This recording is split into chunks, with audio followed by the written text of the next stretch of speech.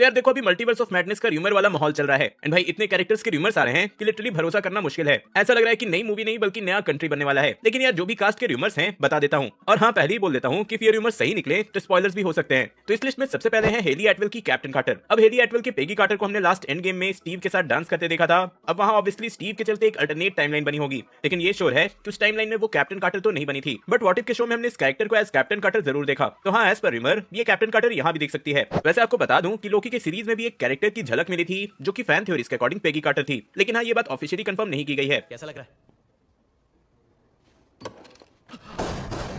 फिर हाँ, कई सालों से रूमर्स हैं कि कभी भी एमसीयू में एक्समैन की एंट्री हो सकती है। तो ये गेस करना भी ऑब्वियस है कि हाँ, सिंस मल्टीवर्स दिखने वाला है तो कई सारे एक्समैन के कैरेक्टर्स की भी एंट्री हो सकती है। एंड इस रूमर में सबसे पहले है सोफी टर्नर की जीन ग्रे। लास्ट हमने इस कैरेक्टर को डार्क फिनिक्स में देखा था एंड ओवरऑल फैंस ने इस कैरेक्टर को काफी ज्यादा पसंद भी किया था। देन एक्टर इयान मैकेलन का मैग्नीटो एंड ऑब्वियसली मैग्नीटो के साथ पैट्रिक स्टीवर्ट का प्रोफेसर एक्स भी है। अब देखो, पर्सनली मुझे इन दोनों के दिखने के चांसेस ना के बराबर लग रहे हैं। मे बी हमें इन दोनों का यंगर वर्जन दिख जाए, पर इनके ओल्डर वर्जन का कैमियो कराने का कोई पॉइंट नहीं रहेगा। दोनों में से पहले क्या होना पसंद करोगे? और हाँ, रूमर्स ऐसे भी हैं कि हमें ह्यू जैकमैन का वुल्वरीन भी दिखेगा। अब इसके चांसेस है कि नहीं ये तो नहीं पता, बट हाँ ये श्योर है कि ऑडियंस सिर्फ ह्यू जैकमैन को ही वुल्वरीन के रोल में देखना चाहते हैं। और इफ कोई नया एक्टर इस कैरेक्टर को प्ले करेगा तो बहुत हंगामा होगा। तो यार पता नहीं, may be Kevin Feige fans की सुन लें।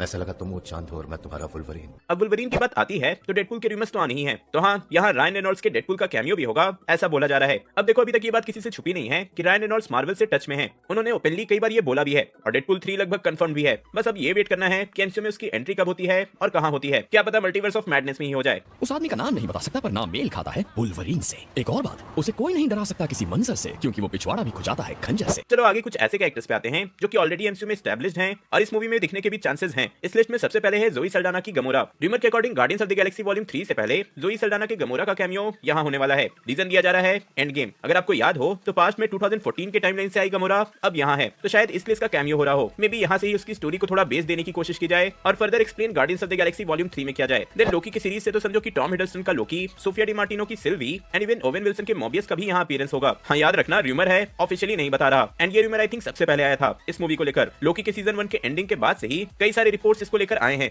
प्यार एक खंजर है, एक ऐसा हथियार जो दूर खड़े को जख्मी करे। चलो आगे थोड़ा और क्रेजी हो जाते हैं। मतलब कुछ ऐसे कैरेक्टर्स के एंट्री भी करा देते हैं जो कि किसी ने एक्सपेक्ट नहीं किया था। ऐसी अनएक्सपेक्टेड कैरेक्टर के लिस्ट में सबसे पहला रूमर है निकोलस केज के घोस्ट राइडर का। अब देखो, मल्टीवर्स के लॉजिक से इस बात का सेंस तो बनता है, बट लॉजिकली मुझे ये पॉसिबल नहीं लगता। पहले तो आई डोंट थिंक कि आजकल निकोलस केज की मूवी इतना सक्सेसफुल हो रही है एंड ऊपर से एजेंट्स ऑफ शील्ड में ऑलरेडी एक घोस्ट राइडर को सेटअप कर दिया गया था, तो उसका अपीयरेंस यहाँ होना ज्यादा सेंस बनाता है। एंड ऊपर से घोस्ट राइडर की जो सेकंड मूवी थी इतनी बुरी तरह से पिटी थी कि उसे एमसीयू में एज अ कैनन दिखाना शायद बिजनेस के लिए सही नहीं रहेगा। लेकिन फिर भी रूमर्स तो है ही कि उनका घोस्ट राइडर हमें यहाँ भी दिखेगा। देन एक और ऐसा ही इससे भी बड़ा क्रेजी रूमर है। मतलब स्क्रीन पे पहले वाला हल्क अकेले ही इतना हंगामा मचाता था, तो जस्ट इमेजिन कि 3 हल्क कैसे लगेंगे। तो हाँ, रूमर्स ऐसे हैं कि हमें यहाँ एरिक बैना का हल्क दिखेगा।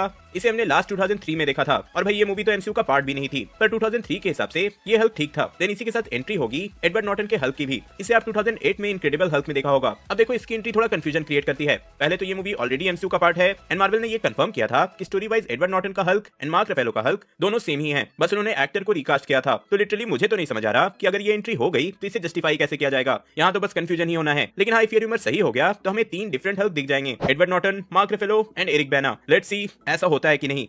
बड़ बोला कहीं का।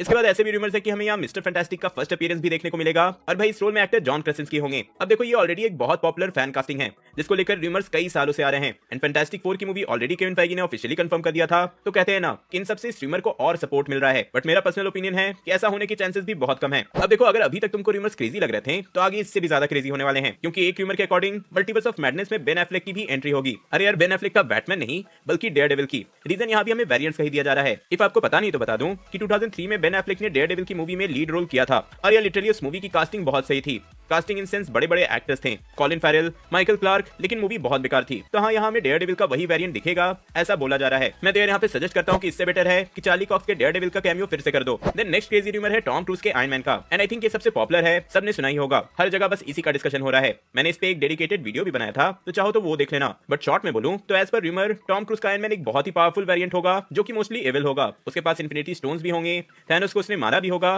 एंड और भी बहुत सारे रूमर्स हैं जिसपे कई सारे फैन थ्योरीज बन रहे हैं। तो हाँ, रूमर्स एंड फैन थ्योरीज में यहाँ डिफरेंशिएट कर पाना भी मुश्किल है। तुम उबासी ले रहे हो क्या?